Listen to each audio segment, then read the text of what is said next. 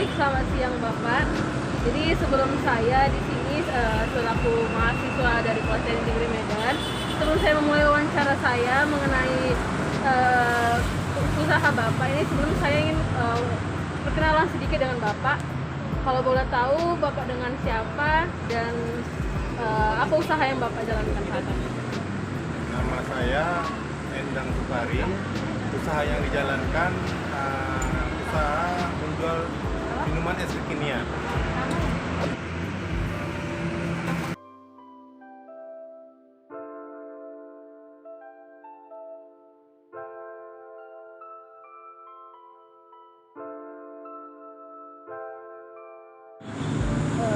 Baik. Kemudian sejak kapan Bapak memulai usaha ini? Usaha ini saya lakukan di tahun 2020 ya, bulan 6. Jadi kira-kira udah setahun lah bulan ini. Kemudian apa alasan Bapak memilih untuk menjalankan usaha ini? Alasannya karena usaha minuman ini yang pertama kalau saya bilang simpel, yang kedua lagi tren di masyarakat kaula muda. Kemudian ada nggak perbedaan situasi dan kondisi penjualan sebelum dan sesudah pandemi ini? Yang perbedaannya ada pasti ada perbedaan ya, karena kalau sebelum pandemi kan lebih rame. Nah sekarang zaman pandemi agak sepi sedikit ya. Kemudian adakah turun tangan pemerintah untuk UMKM Bapak dan bagaimana peran pemerintah yang sudah dirasakan untuk UMKM yang Bapak jalani? Untuk saat ini belum ada. Jadi kita lagi coba pengajuan ke pemerintah UMKM. Mudah-mudahan pemerintah bisa bantu kita seperti tambahan modal. Kemudian untuk bahan baku dan lain-lainnya, apakah ada yang import atau semua dari lokal? Tapi saat ini kalau saya lihat bahan bakunya masih lokal punya, kita Indonesia punya. Apakah usaha Bapak ini ada menerapkan promo atau semacamnya? Udah pasti promo itu harus ada dalam usaha, karena itu menunjang omset kita selama kita jualan. Apakah pada usaha Bapak ini menerapkan sistem pembayaran cashless? Sampai saat ini belum, karena beberapa customer belum banyak yang meminta itu, hanya satu demi satu aja. Jadi kita belum berani menetapkan itu. Kalau begitu, kemudian belum ada ya tersedia layanan pesan makan seperti GoFood, Grab dan lainnya? Kalau online seperti GoFood sudah ada. Oh, sudah ada. Kemudian apa kendala yang sering dialami selama menjalankan usaha UMKM ini? Kendala yang dialami biasanya pencarian SDM seperti yang menjaga toko, kan? Yang kedua customer yang sepi. Apakah omset yang Bapak terima sesuai dengan yang sudah diperkirakan? Karena kita masih kecil, target dari omset itu belum ada kita tetapkan. Tapi alhamdulillah sudah lumayan lah, lumayan oke. Apakah membangun usaha ini juga dikenakan pajak? Kalau iya, berapa besar persentase pajak yang ditanggung? Sampai saat ini pajak belum ada. Kemudian yang terakhir, apa harapan Bapak terhadap pemerintah dalam keterlibatannya dengan usaha UMKM Bapak ini? Yang pasti keterlibatan pemerintah kalau bisa pemberian tambahan modal usaha ya, dan ikut juga gimana cara supaya usaha kecil-kecil ini bisa berkembang pesat. Itu aja. Baik Bapak, terima kasih banyak sudah meluangkan waktunya untuk kegiatan wawancara kita pada hari ini. Semoga diberikan kesehatan selalu dan sukses untuk usaha Bapak. Terima kasih Pak.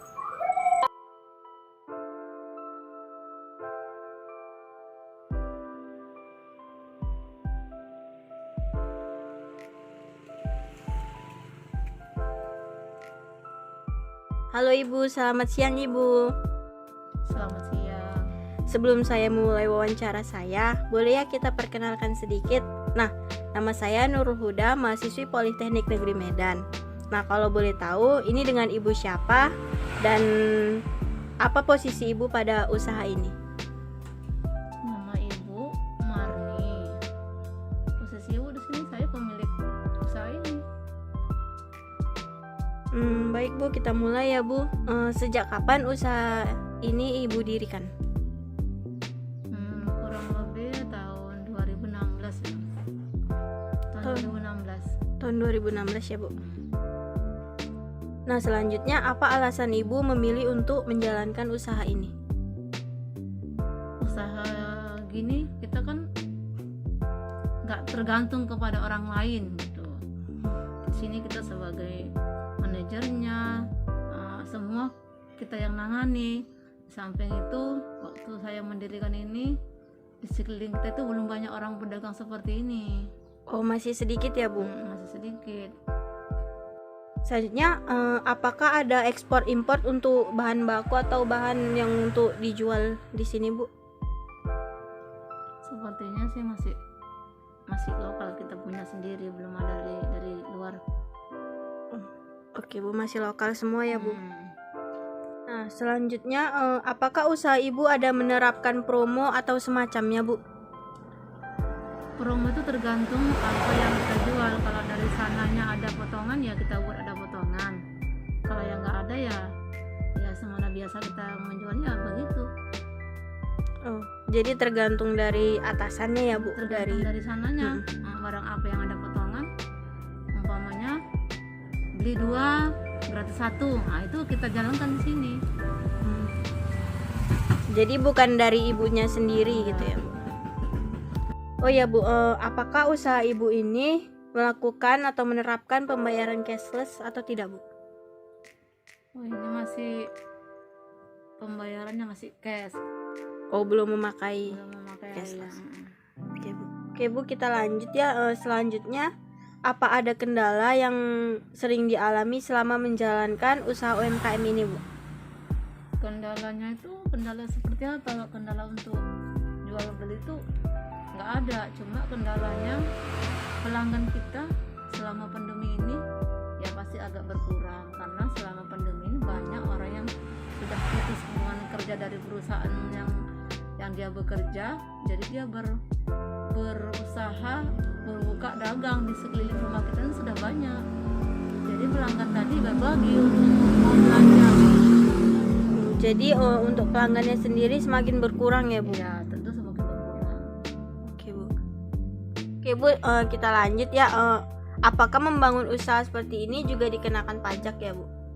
Belum kena pajak, karena ini usaha kita kan masih semi grosir, belum grosir. Tapi mungkin pun grosir itu pun belum tentu pakai kena pajak. Iya Bu. Nah Bu, untuk subsidi sendiri, apakah Ibu telah mendapatkan subsidi dari pemerintah? Tidak, belum ada yang namanya subsidi itu dari pemerintah, belum ada. Oh, belum ada ya Bu. Nah, selanjutnya, apa ada perbedaan situasi dan kondisi penjualan sebelum dan sesudah pandemi ini ya Bu? Ya jelas ada. Misalnya pendapatan atau penjualan kita sehari-hari berbeda seperti sebelum pandemi kemarin. Selanjutnya Bu, kan pemerintah ada ngadain pembantuan yang untuk UMKM gitu ya Bu. Apakah Ibu mendapatkan bantuan tersebut? Sebenarnya sih kita udah daftar, tapi nggak pernah dapat itu. Nggak pernah dapat kita. Belum keluar ya Bu? Belum pernah dapat lah. Iya Bu. Tapi udah sempat mendaftar. Udah sempat mendaftar yang periode ketiga. Oke Bu, selanjutnya yang terakhir, apa harapan Ibu terhadap pemerintah dalam keterlibatannya dengan usaha UMKM ini Bu? Harapan Ibu, pemerintah memperhatikan pengusaha seperti Ibu ini yang masih kecil-kecilan, misalnya seperti UMKM tadi, ada yang dari periode pertama dia dapat, kedua dapat, ketiga dapat. Tapi ada juga yang nggak dapat dari awal sampai yang ketiga sama sekali nggak pernah dapat. Nah, itu yang belum merata itu diperhatikan gitu, supaya semua dapat. Berarti keterlibatan pemerintah dalam memperhatikan usaha UMKM ini Kurang. seharusnya lebih diperhatikan lagi gitu ya Bu. diperhatikan Terus lagi. untuk bantuan UMKM juga harus lebih merata gitu ya Bu. Iya. Itu tadi yang belum merata tadi, yang sebelah rumah kita dapat, sana dapat, kita nggak dapat. Padahal sudah coba mendaftar gitu ya Bu. Coba mendaftar. Baik Bu, terima kasih banyak ya Bu sudah meluangkan waktunya untuk melakukan kegiatan wawancara pada hari ini. Semoga Ibu diberikan kesehatan selalu dan kesuksesan dalam usaha UMKM yang sedang Ibu jalani, dan semoga pelanggannya semakin banyak ya Bu. Terima kasih ya Bu, selamat siang. Iya.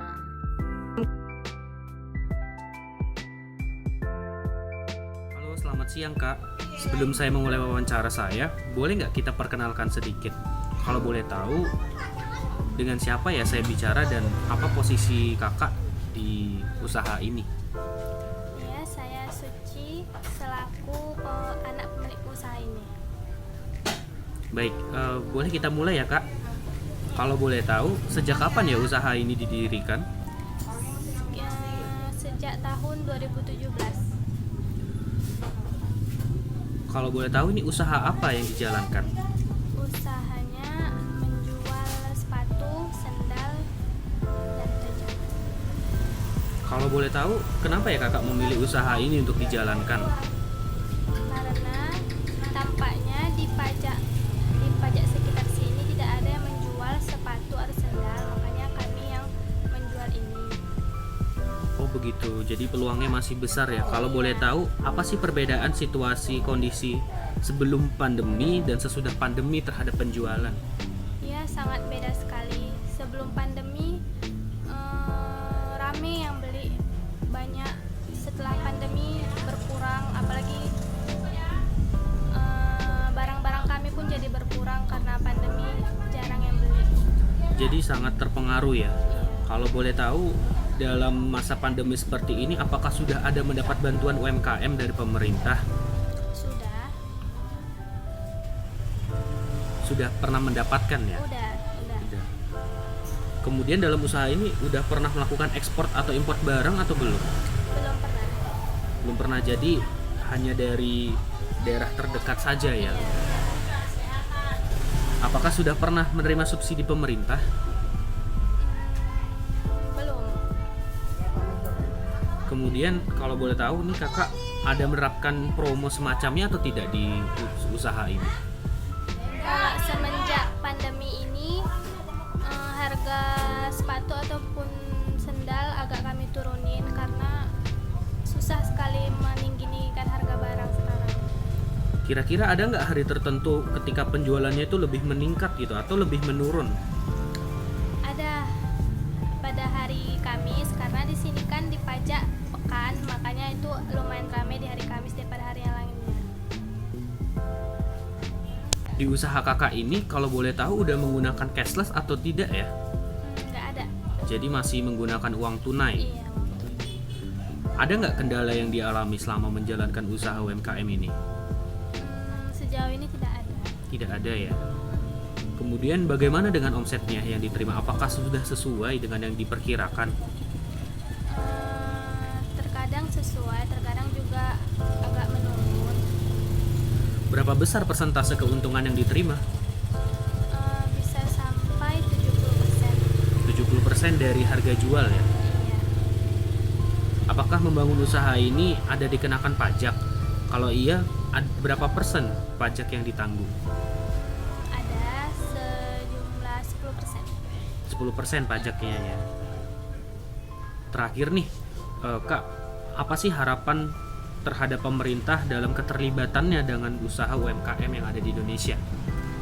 Ya, kami berharap pemerintah lebih pedulilah dengan masyarakatnya, apalagi yang punya pengusaha UMKM ini, dan janganlah terlambat memberi dana UMKM kepada masyarakat UMKM. Nah, itu saja. Baik, terima kasih Kak. Terima kasih banyak sudah meluangkan waktunya untuk melakukan kegiatan wawancara pada hari ini. Semoga Kakak diberikan kesehatan dan kesuksesan dalam usaha UMKM ini.